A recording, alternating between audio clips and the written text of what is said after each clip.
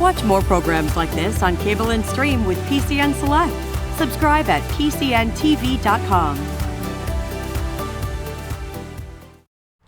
I'm Brigadier General John Gibbon, and although originally from Pennsylvania, at a very young age my family moved to North Carolina, and it was from North Carolina that I received an appointment to West Point.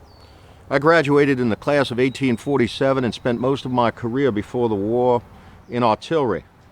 When the war broke out, I was stationed in the West, but we were all ordered to come east. And it was very shortly I was given my first field command. It was a bunch of Western regiments, mainly from Wisconsin and Indiana. They were rumored to be very unruly, discipline-wise, but I'd like to think that I whipped them into shape, and they later received the nickname the Iron Brigade. Now, as I was wounded in the Battle of Fredericksburg, when I returned to duty, I was promoted, and I was given command of a division. And then, when an opening became available in the 2nd Corps, it was requested that I command the 2nd Division in the 2nd Corps under Winfield Scott Hancock. Well, now it's June, late June. We've received word the Army of the Potomac has a new commander, an old Army friend of mine by the name of George Gordon Meade. And then one night, we got word that action had started in Gettysburg, and another old friend of mine, Major General John Reynolds, had been killed. General Meade sent for General Hancock, and he wanted him to go up to Gettysburg and act in his name to see the condition of affairs. General Hancock left, and General Meade ordered that I take command of the 2nd Corps and await further orders. This was unusual. I was not the ranking general. This was not the way things were done in the Army. But General Meade got the permission to assign commands as he saw fit, and he started exercising it right there. It was early in the morning, on the beginning of the 2nd day, when I finally got the 2nd Corps into position, and we were assigned a place on Cemetery Ridge, leading south from the main positions on Cemetery Hill and Culp's Hill. Well, by now you know the disastrous story of the 2nd day, when Sickles advanced without advising anybody and pretty much made a shambles of his corps, and we had to pull units from all over the field to plug the holes in his line and bring them back. And at the end of the day, the 3rd Corps had their original line with only 50% strength. That night, General Meade called a council of war. Well, I was the junior officer present. I was surprised that I was summoned, but he told me that he wanted me there because I was no longer in the command of the 2nd Corps. General Hancock had resumed it. And as required at a council of war, we were given questions. Junior officer, I'm the first one to speak. Basically, all the other officers present there agreed with my fundamental point of view, which basically was that we should stay where we were, make the necessary corrections to the deployment of the Army, not attack, and not wait to do anything until Lee did something. There were some minor disagreements to this point, but by and large, that's what the council decided. And I'll never forget, at the very end of the council, when things were breaking up and everyone was going back to their camps, General Meade came to me and said something that I found later to be very prophetic. General Meade, if Lee attacks tomorrow, where do you think it will be? And my answer to you, General, was, if he comes, it will be in your front, in the center of our line. Why do you say that, General? Because he attacked our flanks on the 2nd vigorously, with great slaughter, and the flanks wavered, but they held fast. And he's going to think that I stripped the center of troops to reinforce the flanks, and he'll think that we're weak in the center. Well, I hope he does attack us in the center, General. I assure you we will defeat him. I'm sure you will. My name is Henry Jackson Hunt, Brigadier General of Volunteers. I am the Chief of Artillery of the Army of the Potomac. I'm a West Point graduate, class of 1839, career artillery officer. In September of 1862, just days before the Battle of Antietam, I was offered the position of Chief of Artillery by General George McClellan. I took that position on the stipulation that I be given tactical authority over the Army's artillery, and I held that position until the end of the war, when Lee surrendered at Appomattox in April of 1865. On the third day at Gettysburg, in the afternoon of July the 3rd, the largest cannonade ever unleashed on the North American continent took place. Knowing that I had fewer than 80 guns in position on Cemetery Ridge, the Confederate artillery stretched in an unbroken line of probably 130 pieces of artillery along Seminary Ridge, opposite our position on Cemetery Ridge. Although I knew we had fewer than 80 pieces of artillery within range to respond to their bombardment,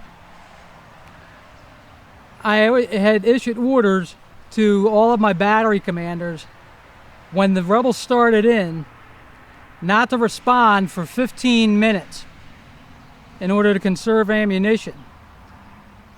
There had been some speculation in the headquarters area as to what this cannonade meant. It was either a cover for a retreat or a prelude to an attack. Seeing their unbroken mass of artillery opposite ours, I knew that we weren't facing a retreat by the enemy. We were coming under assault. You don't position 130 pieces of artillery or more in order to cover a retreat. I rode south along the lines, issuing orders to every battery commander to conserve ammunition. We had 3 major gun lines, what you would call a brace of artillery. A brace of artillery is a line of batteries. A battery of artillery in the Union Army is typically 6 guns, some of them 4 guns, but most of them consisted of 6 guns. So a brace of artillery would be a line of batteries. There were 3 major braces of artillery. To the north, along Ziegler's Grove, Cemetery Hill, you had the guns of Major Thomas Osborne, who was the 1st Corps Artillery Chief. In the 2nd brace of guns, under the command of Captain John Hazard, who was the 2nd Corps Artillery Chief. The southernmost brace of guns, the 3rd one farther to the south, you had the batteries of the Reserve Artillery. Those were under the command of Colonel Freeman McGilvery, who was actually a sailor from Massachusetts, but one of the most gifted artillerists that I ever saw. The Rebs started in with everything they had. It was almost a loud, thunderous crash. The bombardment began. Most of my battery officers heeded my orders not to respond for 15 minutes. Some of the more eager battery commanders started in a little early, but I had issued orders for each of them to fire deliberately and for effect, meaning you concentrate your fire on one battery, destroy it or drive it from the field, whichever comes first, and then move on to the next. I didn't want my men wasting ammunition in what I believe to be unproductive counter-battery fire, which is simply shooting at them because they're shooting at us. The air was very thick that day. It was very humid. The smoke was not clearing over the target. I wanted each battery commander to ascertain as much damage as he could upon the enemy before continuing his rate of fire. We knew we were coming under assault. We had to conserve ammunition to beat back whatever number of troops the enemy was going to throw at us. General Hancock, riding down his line, was trying to bolster the morale of his men. He and I had a difference of opinion in how to respond to this cannonade. The cannonade itself had gone on for about 2 hours. Again, we were not going to trade the Rebs shot for shot. We weren't sure how much damage we were inflicting upon them. Again, the smoke was slow and clearing over the target. Further to the north, I met with Major Osborne, commanding the 11th Corps guns. I met with General Oliver Otis Howard, commander of the 11th Corps, and myself, we decided to cut our rate of fire and draw the enemy in. We said, if this attack is coming, let's get it underway and we'll blow them apart in the field rather than trade them shot for shot. I issued orders along the line that our rate of fire be slackened and then cut out altogether. The idea was to deceive the enemy into thinking that they had either driven our batteries from the ridge or that we had simply run out of ordnance. The battery commanders cut their rate of fire and eventually slackened off altogether. General Hancock, on seeing this, felt that this was bad for the morale of his men, that the rebels were firing at us and we were not firing back at them. He rode south along his line, issuing that Captain Hazard, orders that Captain Hazard, his artillery chief, increase his rate of fire, thereby expending his long-range ordnance. General Hancock then rode south outside the 2nd Corps. He rode into the guns of the Artillery Reserve, commanded by Colonel McGilvery. He threatened Colonel McGilvery's battery commanders with being placed under arrest if they didn't follow his orders to resume firing. Colonel McGilvery arrives on the scene, has words with General Hancock. General Hancock threatened to place Colonel McGilvery under arrest. Colonel McGilvery stood there defiantly and told General Hancock to go to hell. As far as he was concerned, he had received his orders from the Chief of Artillery, and by God, he was going to obey them. This is what we call a conflict of command. Now, in fairness to General Hancock, how do we arrive at a conflict of command? As I stated earlier, when General McClellan appointed me Chief of Artillery, I decided that I would accept the position only on the condition that I be given tactical authority over the guns. Prior to my assuming command of the artillery, an artillery chief, his role was merely that of an advisor and an administrator. I was the first Chief of Artillery to be given tactical authority. This was honored by each successive commander of the Army of the Potomac, from McClellan all the way up through General Meade. The problem was that the agreement was verbal. There was nothing in writing stipulating exactly what authority that I had. Many in ranks considered me merely a member of General Meade's staff.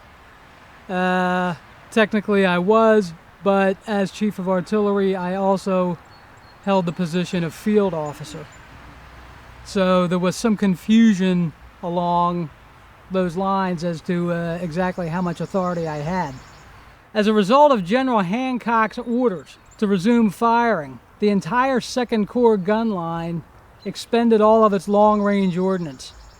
Many of those guns, particularly the rifled guns, had a range of 1,800 yards or more. As a result of his orders, the 2nd Corps gun line fell completely silent when the rebel troops began their advance across the field to us. All they had left in their ammunition chests was short-range ordnance known as canister, which is effective only within a range of 400 yards. So the Rebs had to cross the Emmitsburg Road before the 2nd Corps guns could swing into action. Canister renders your canister is essentially a tin can loaded with iron balls, fired across a field at short range, has a shotgun type effect. It's to be used at mass troops inside of 400 yards or closer. The rebel flanks were being pounded into submission by Colonel McGilvery's guns, on the right wing of their charge, which would be Pickett's Virginians, the left wing of their charge under Trimble and Pettigrew, their flanks were pounded into submission, forcing each of the flanks to move towards the center. Relatively speaking, the safest place on the field for those rebel troops was right in front of the 2nd Corps gun lines, right in front of Captain Hazard's guns, because those guns could no longer swing into action until they crossed the Emmitsburg Road. When the troops crossed the Emmitsburg Road, then the 2nd Corps guns went into action. I can only say in conclusion, many of you know the story of Pickett's charge. Our line was breached at the center, but the troops were driven back by infantry reinforcements. Our line held. But I can only say in conclusion that had General Hancock not issued the orders that he had, I don't believe for a moment that those troops would have reached that wall. Hello, I am Brigadier General John Buford. I'm going to visit with you a little bit about the third day action between cavalry forces of the Confederate States of America and the United States of America. I am the commander of 1st Division, United States Cavalry, Army of the Potomac. My division was not here at Gettysburg on the third day of the battle, but I do know what went on. I'm very close friends with the other division commanders. On that third day, we had been recalled back to Westminster to refit and rest, simply because since Chancellorsville, about May 5th, we had been in constant movement and contact with the enemy in skirmishes all the way through July 2nd, including the major battle at Brandy Station with over 14,000 cavalrymen on both sides engaged at Brandy Station. I don't particularly like newspaper reporters because they tell us everybody what we're doing. I don't like spies, but I especially don't like other officers who like to fancy themselves up a lot. And so at Brandy Station, it was a really entertaining thing. Even though we didn't specifically win at Brandy Station, we taught Jeb Stuart that Union cavalry is every bit as good as those Southern boys are. And we walked away from Brandy Station having captured Jeb Stuart's red silk-lined cape. It was a pretty sweet little victory that showing that dressing up fancy doesn't make you a better soldier. We had a few of those dandies within the Union ranks also, by the way, and that will come into play here in a little bit. But from Brandy Station until about midday on July 2nd, my division was constantly on the move and in contact with the enemy. We, in fact, were the 1st Division on July 2nd to actually have contact with the enemy. We had bivouacked that night in a peach orchard and wheat field along the Emmitsburg Road, and we saw the movements of the Confederate Corps under Longstreet moving to the south. We knew there was a chance they were going to try to outflank us. We did engage them. General Sickles eventually moved his corps of infantry into that wheat field and peach orchard area. We were recalled, sent back to Westminster to refit and rest. I did leave 2 regiments of cavalry with General Sickles, though, to protect his flank. Anyway, on that day of July 3rd, the Confederate attack from the west under Generals Pickett and Trimble was supposed to break the Union line, attacking from Seminary Ridge, but Stuart was posted to the east of our Union lines to try and either exploit that breakthrough of the infantry or, at a minimum, to hold up and capture the Union Army as we were expected to be retreating. However, we had posted General Gregg entire division. There was 3 divisions in the Union Cavalry Corps. One of them served under General Gregg down on the Hanover Road and the Baltimore Pike, and they were there to protect the flank of the Union Army in case the Confederates did try to outflank us. Well, when Stuart showed up coming around the backside of our line, General Gregg started to engage them. Runnels Farm east of town here was one of the primary sites of the engagement between our cavalry and the Confederate cavalry.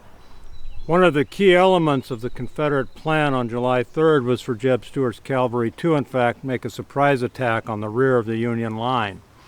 However, for some unknown reason, he ordered his artillery to fire off 4 rounds prior to the start of his attack, which alerted General Gregg to the presence of the Confederate cavalry and allowed them to get deployed in time to begin the thwarting of Stuart's planned attack on the rear of the Union line.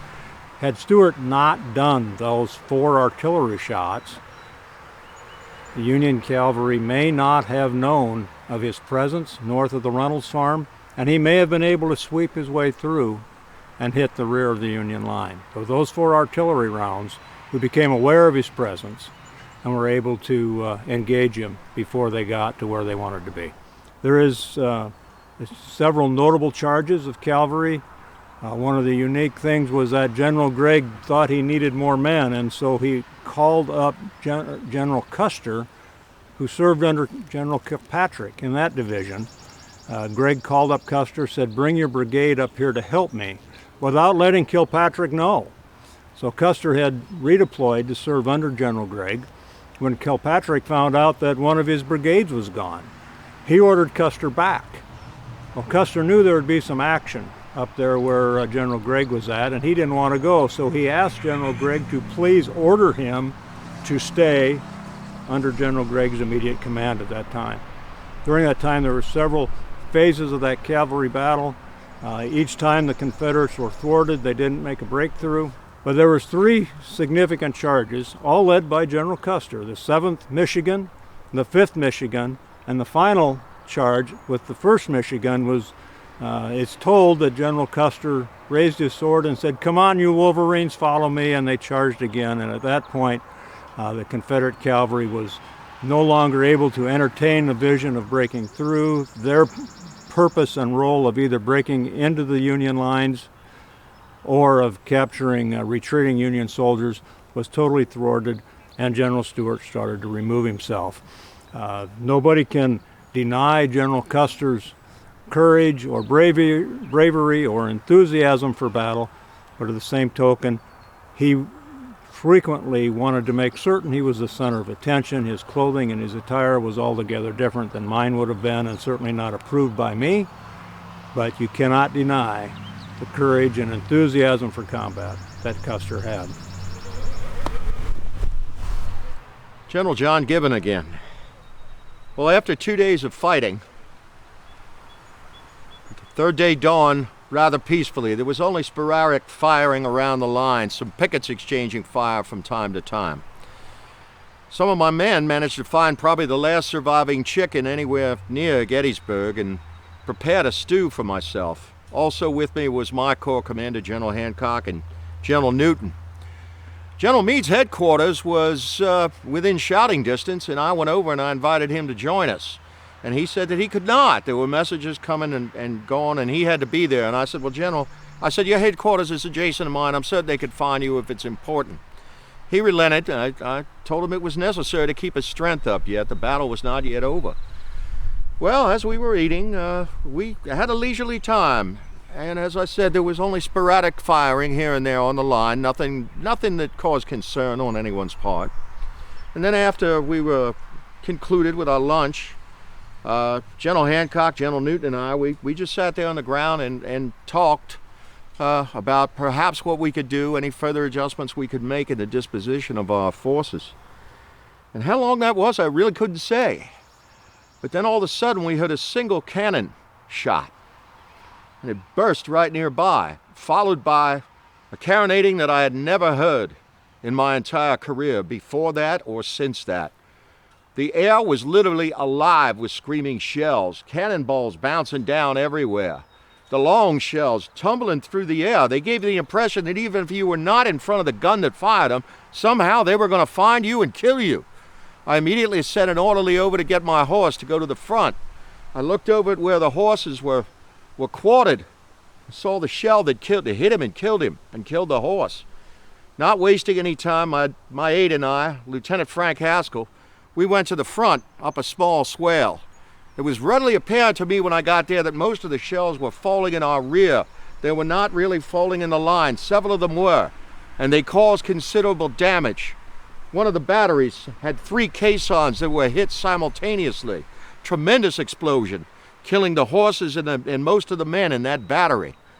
Frank and I stepped over the little stone wall that most of our men had used for fortification and walked forward. Some of my men got up to follow, and I held them back.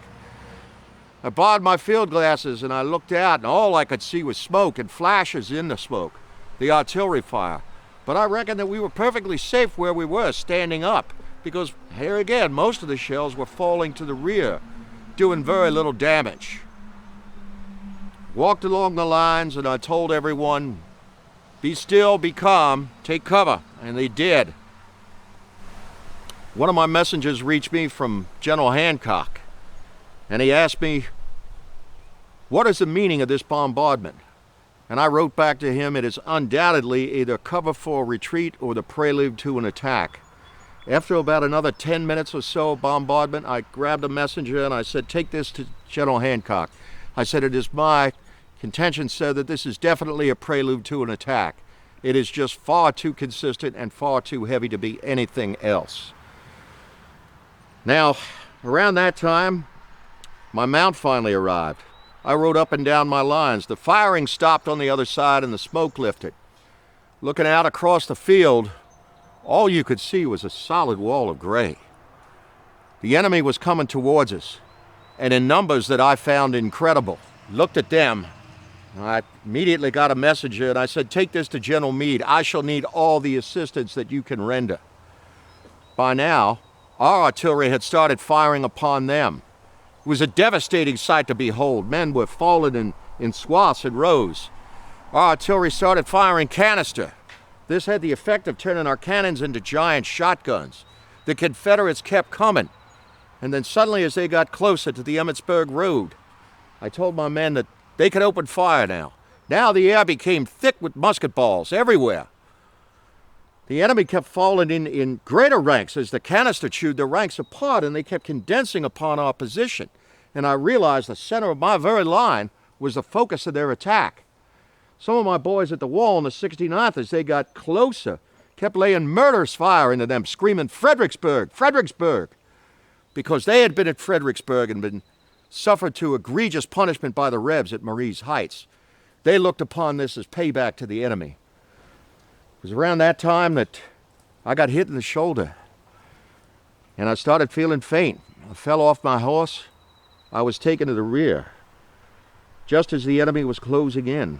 I later found, when I was recovering in hospital, that Lieutenant Haskell had used my authority to summon other brigades under my command to come to the aid of the one in the center under General Webb, who was most under attack and whose men had started to break and run. Lieutenant Haskell stopped them and also secured assistance for them. My impression, my aid deserves as much man as any for winning the Battle of Gettysburg. My name is Major General Abner Doubleday. Day 3 of the battle, as General Gibbon can tell you, involved the attack of Pickett, Trimble, and Pettigrew to the center of the Union line. I am 3rd Division Commander of 1st Corps on Day 3. You may wonder, how did this come about? At the end of Day 1, as you know, we retreated back to Cemetery Hill and established a position there under Major General Hancock. When that happened, certain communications got back to General Meade, who didn't like me very much to start. That kind of cast aspersions on the efficacy of the 1st Corps in a very unfair way. Because of this, I was relieved by a junior officer, a classmate of mine, General Newton, and became once again commander of the 3rd Division. Now, you remember, the first day had a great effect on the numbers of the 1st Corps in general. And in the 3rd Division, we had 2 brigades that were very much chewed up in the battle of the first day. However, At the end of the first day, I was asked to go assist General Hancock's 2nd Corps and was cut a fresh brigade of Vermonters under the command of Brigadier General George Stannard. They have never seen combat before, and they are my 3rd brigade and obviously my most combat effective brigade at the moment. The Vermonters are actually positioned to the left of the 2nd Corps position in the center at the angle. We are to their left when the assault known now as Pickett's charge commences. All of the lines of the Confederate brigades are headed straight from the wood line from which they emerged straight at us. In particular, we had several brigades coming right at where the 13th, 14th, and 16th Vermont regiments were positioned. Due to the effectiveness, I guess, of General Hayes in the center in actually treating the Confederate attack there, and I suppose General Lee's intent that the penetration occur at that point, at the angle, for us it was inexplicable. We had several brigades actually turn, pivot left, showing us not only their flank, but in some cases their rear. This gave us an opportunity, and we had General Stannard actually turn the position of both the 13th and the 16th and actually engage the rear of that column to great effect. In addition, we actually had the 13th attack out into the meadow and actually take 2 of the regiments who were trying to guard and actually destroyed them. So within 1 hour, we had great effect, and the Vermonters in their first combat showed themselves very well, and General Stannard, a very effective commander. I'm Major Jonathan Letterman, Chief Surgeon of the Army of the Potomac. Before the war, I was a career medical officer in the Army. I served in Florida and in several forts in the West. In 1862, I was appointed the Chief Surgeon of the Army of the Potomac, and I was ordered to create a new plan of organization to improve the medical corps service and results. The first problem to be addressed was the fact that almost 30% of the Army was out sick and unavailable for a variety of reasons. I addressed this in several ways. First, to improve the diet, I got rid of the desiccated vegetables, which did not seem to prevent scurvy based on my experience in the West, and replaced them with fruits and vegetables. In addition, I ordered latrines a distance from the base to be dug, and I ordered them to be filled on a regular basis with soil and topped off with 2 feet of soil when they were full. I also ordered men to bathe at least once a week, at least 15 minutes. These and other measures substantially reduced the number of the illness, the prevalence of illness, and the difficulty with the sick call. And illness was, in fact, responsible for more deaths than battlefield casualties. The next problem to address was the situation of managing large numbers of very serious casualties in a relatively short period of time in a system that was not designed for this. And several areas here had to be addressed. The first was transport. In some earlier battles before Gettysburg, men had been left unattended on the field, sometimes for days. There was no organized system for transport. And in fact, the ambulance was under the direction of the quartermaster. With General McClellan's approval, I created a professional ambulance corps responsible to the medical department with training and eventually experience in identifying and transporting the wounded. I reorganized the system of medical processing likewise. Originally, there was a regimental surgeon for each regiment, and some regimental surgeons were swamped if their regiment was busy, and some had very little to do. I reorganized the system entirely. I created first field dressing stations or field aid stations near the site of the battle to handle the immediate evacuees and deliver emergency care. They were also besides emergency care, to prioritize those that were most seriously injured for priority for immediate medical attention and transport. In the field hospitals in the rear were to be staffed by experienced surgeons who had already undergone written and oral examinations and had their surgery examined before they could become medical officers. Those that did not qualify as medical officers became contract surgeons or contract medical officers and worked under the supervision of the medical officers. After a major battle, we might do an amputation every 15 minutes for up to a day and a half. And it was very important that these be done expeditiously, because if there is foreign matter in the wound, or if there's a splintered bone in the wound, the chance of blood poisoning is very high. And blood poisoning is 100% fatal. There is no treatment. And once it starts, it's too late. The only thing you can do is to prevent it with an expeditious amputation. And 2 days is about the maximum you can take before men start developing irreversible blood poisoning. These measures resulted in a dramatic reduction in mortality from battlefield injuries, as much as 2/3. And it was fully implemented here in Gettysburg.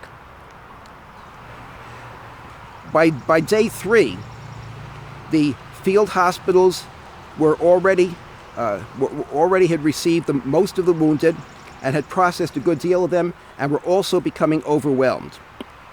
In addition, later, when the Confederates withdrew, we were to be responsible for the Confederate wounded that could not be moved.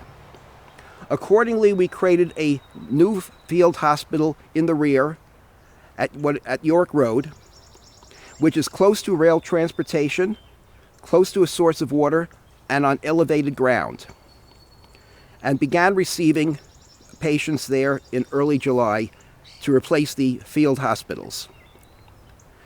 This became known after me as Camp Letterman, and remained functional from the time of the battle in July until November, when the last patients were either discharged or died or returned some other way. Confederate wounded would become prisoners of war. When the Confederates withdrew, they left behind their own wounded that could not be transported, and they also left medical officers with them. I then immediately took charge of the Confederate wounded and incorporated the Confederate medical officers into the operations at Camp Letterman. During the several months in which Camp Letterman was in operation, Union and Confederate wounded were both treated, and both treated equally while patients in the camp. After the camp closed, the Confederates become prisoners of war, however. This system worked extremely well. It resulted in a dramatic reduction in battlefield deaths and a dramatic improvement in health. And as a result, the system was adopted by all Union armies. This experience should serve as a lesson for handling of emergent and urgent medical situations in the future, and I am confident it will do so. Thank you. Major General George G. Meade, Commander of the Army of the Potomac. I'm here to try to recap the condition of the Army of the Potomac after the Battle of Gettysburg. After 3 of the bloodiest days of the Civil War, July 1st, 2nd, and 3rd, 1863, our army was shattered. We had sustained 24,000 casualties of killed, wounded, captured, and missing. And we came with an army of approximately 90,000, 92,000 of all branches and all arms. And we lost a quarter of that number.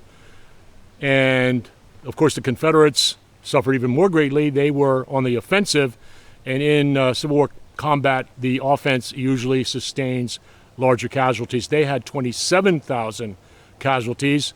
Their army was slightly smaller than ours, although fairly equal, with about 85 to 90,000 troops of all arms.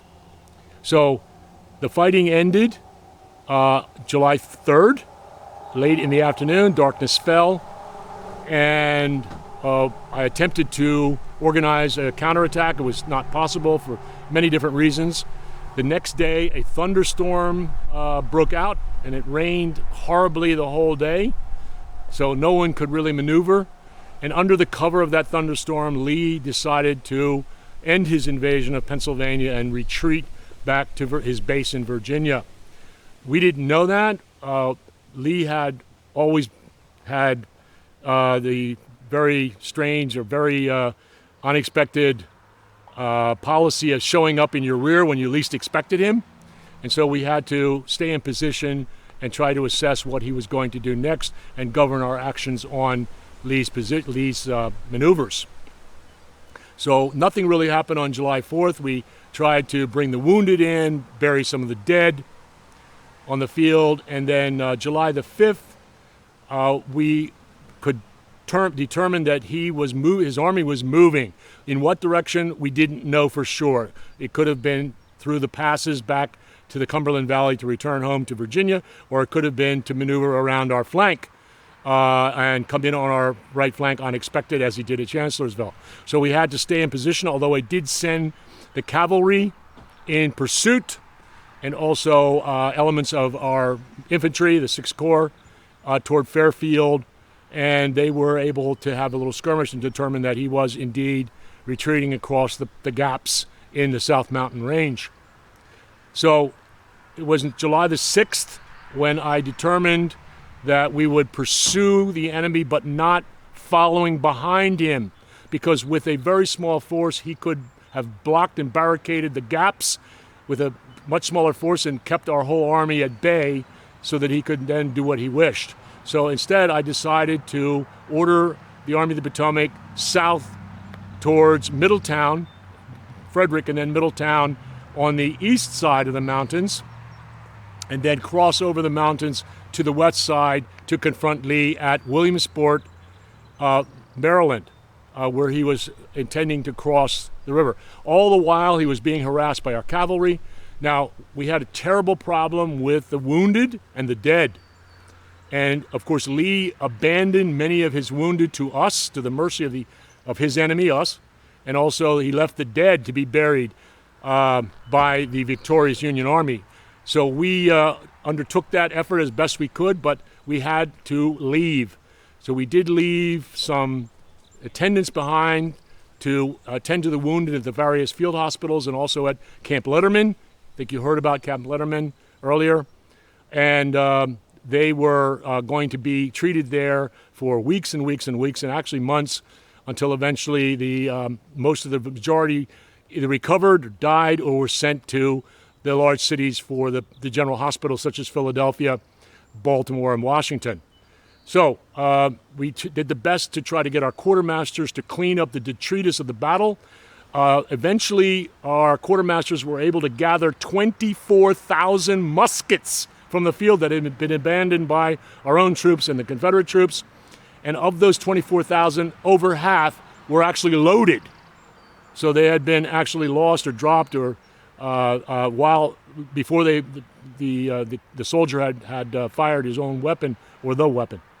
So gathering up all the equipment, burying the dead, caring for the wounded, getting them into shelter, that took up a lot of time and concern for us on Army headquarters. But the most important thing was what to do about Lee. Yes, he had been defeated, but he was not certainly in any position where he was going to be able to be defeated and bagged or captured. And in fact, as he started to retreat and approached his home state of Virginia. Of course, he got stronger and stronger because there were reserves coming over the river and bringing supplies and bringing ammunition for him.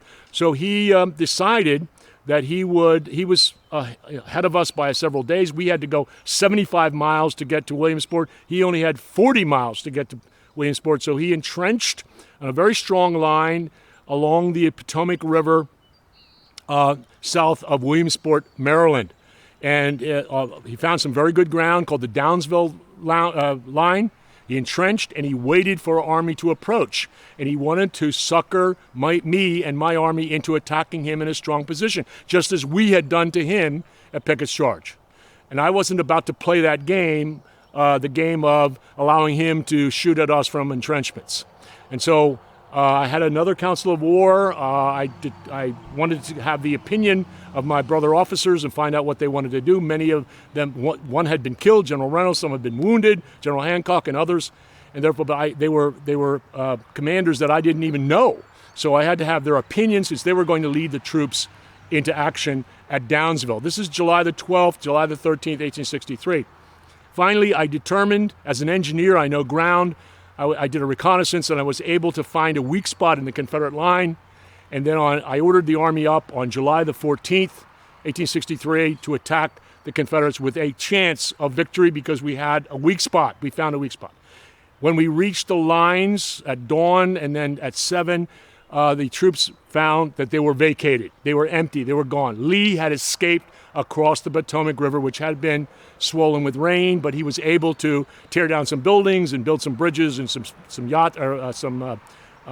floats and so on, and get his army primarily across the Potomac. However, he left a very strong rear guard behind under General Pettigrew, about 2,000 men in the rear guard. We captured, killed, or forced most of them to flee, captured many of them, and we killed General Pettigrew, their commander. So we did have some success. Now, I have been accused of not following up Lee after the battle, and of course that is incorrect because, as you can see, we did follow him to Williamsport until he got across the river into Virginia territory. And, of course, the campaign is going to continue. I'm still in command of the Army of the Potomac, but I was criticized very severely for allowing Lee to escape. Of course, those who criticized me weren't on the scene and didn't know what was happening and what I had to deal with. So we lost total, both sides being Americans, in the 3 bloodiest days of the American Civil War, 51,000 casualties, killed, wounded, captured, and missing. And a tremendous bloody defeat, but a victory for the Union, and we preserved the Union and Lincoln. Thank you. Major General Abner Doubleday. In November 1863, I'm in Washington City, awaiting orders, living there with my wife, who actually has a close relationship with the President's wife, Mrs. Mary Todd Lincoln. Because of that, it was very easy for us to actually be on the train from Washington City to Gettysburg, November 18th, the day before the 19th, and actually experience in person the Gettysburg Address, both the Everett Address and the remarks by the President himself. I understand I am one of 3 generals from the battle who were able to attend. Brigadier General John Gibbon. I had previously spoke about my being wounded during Pickett's charge on the 3rd day. By the time I was sufficiently recovered to assume what is called light duty in the Army, I had been assigned to the recruiting depot in Cleveland, Ohio. There was talk in the papers about a dedication of the National Cemetery and the fact that there would be dignitaries and other noted individuals there. And I decided that, having partaken in the battle myself, this was something I'd like to see. I took the train to Harrisburg and was there reunited with my aide, Lieutenant Frank Haskell. The 2 of us went down to Gettysburg. We commenced to sit down, take our seats, and listen to Mr. Everett speak. I'll tell you, if ever there was a man that was in love with the sound of his own voice, it was Mr. Everett. We left. I decided I wanted to go back and see where we had actually fought in the battle. So we went back to our old positions and how very, very different it looked. The few people that came with us were asking me all kinds of questions about what happened and who engaged where, most of which I had to defer to Lieutenant Haskell. because he was there throughout the duration of the attack, whereas my presence was cut short just at its pinnacle. We got back in time, though, to hear the president speak, and I'll never forget the words that he had to say. 77 years ago, our fathers brought forth on this continent a new nation, conceived in liberty and dedicated to the proposition that all men are created equal. Now, we are engaged in a great civil war, testing whether that nation, or any nation, so conceived and so dedicated can long endure. We are met on a great battlefield of that war. We have come to dedicate a portion of that field as a final resting place for those who here gave their lives that that nation might live. It is altogether fitting and proper that we should do this. But in a larger sense, we cannot dedicate, we cannot consecrate, we cannot hallow this ground. The brave men, living and dead, who struggled here, have consecrated it far above our poor power to add or detract. The world will little note nor long remember what we say here, but it can never forget what they did here. It is for us, the living, rather, to be dedicated here to the unfinished work which they who fought here have thus far so nobly advanced. It is rather for us to be here dedicated to the great task remaining before us, that from these honored dead, we take increased devotion to that cause for which they gave the last full measure of devotion. That we here highly resolve that these dead shall not have died in vain, that this nation, under God, shall have a new birth of freedom, and the government of the people, by the people, for the people, shall not perish from the earth.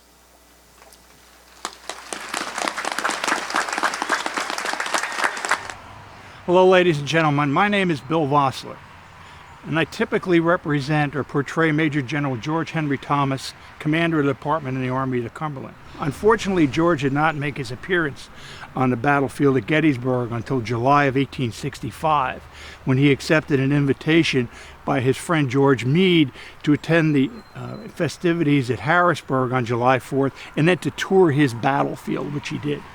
I'm here today to represent the Confederation of Union Generals, and since I am out of first person, I'm required by protocol to be out of uniform. That's why I'm not wearing a hat.